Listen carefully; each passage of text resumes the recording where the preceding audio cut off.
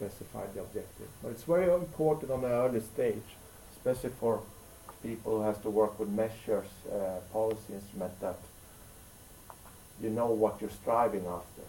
What is the, even if you haven't set a number, you know that, well, what we want to achieve is that we want to reduce the load of mercury to the water. So that's what the measures are going to target.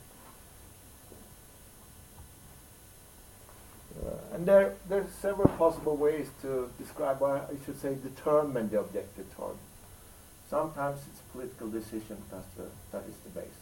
Politicians have decided that, well, we decide that we're going to have this many wolves in Sweden, or that we're going to set aside so many hectares for reservation of forest. And in Sweden we have 6 environmental objectives we work with that is politically decided that this is what we want to achieve. Sometimes maybe one of the most preferable is to see what can nature cope with. Maybe it's a certain amount of nutrition flow that you can't exceed if you want to avoid algae blooms and hypoxia in the Baltic Sea. And that, of course, requires a lot of scientific knowledge that you can say, this is the limit, we can't go beyond that. Sometimes we describe it in terms, we set the terms as an environmental status. We want preservation of woodpeckers, for instance.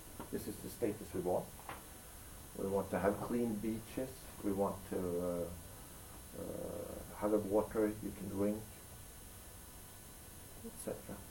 Sometimes it can be decided by cost-benefit analysis, saying that, well, if you meet, we set the targets so we know that the benefits of reaching the targets are higher than the costs. That means we get a welfare gain of reaching the target. So these are different ways that the objective targets can be determined.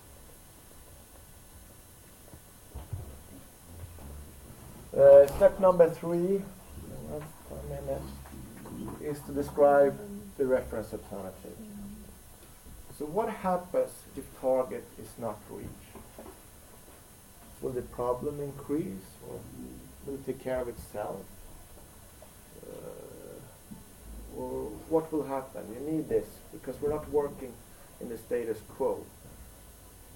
I mean, the whole climate debate is really about not what is now, but what will be in 100 or 150 years. That's the big problem. So there it's very important to have a reference alternative. And the ambition level depends, when you put this down, on the temporal as well as spatial scale of the problem. How long time will it take before we can say that we will reach the target? Is there time lags between measures taken and effects on the state and so on? And how big, how many countries are involved? Well, they can go in different directions. And there you come in. When you work on short-term scale, like if it's just about 5 years, you can look at trends. Where are the different drivers we're looking at pointing? Are they increasing? Are they constant? Are they decreasing? But if you look far ahead in the future, like for climate, you need to develop scenarios because you don't know how the whole global community will evolve regarding transportation, consumption, energy prices, etc. And then you need a number of reference alternatives or scenarios that describe different ways the future might evolve. So you can prepare that if it evolves this way, we might need more measures. If it evolves the other way, we might need less.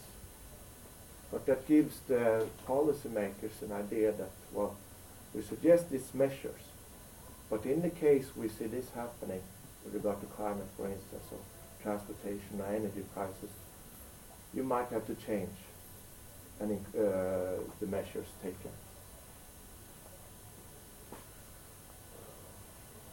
So, here's an example where they use the DIPSIL.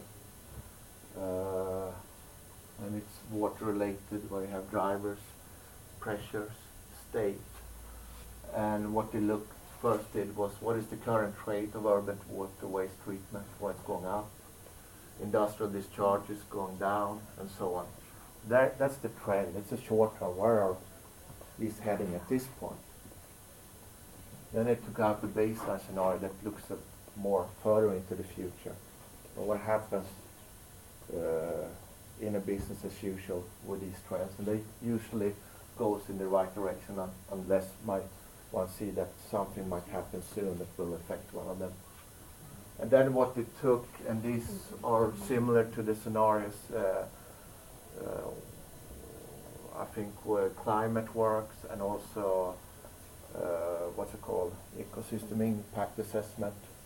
They have 4 different scenarios: national enterprise, local responsibility, world markets, global community. And depending on which one of these, they look at each of the drivers, pressures and state. And you get either arrow up, arrow down, constant, etc. You can say that, well, if we go in this direction, we might need to do a lot to deal with it, might get worse. But that's for long term.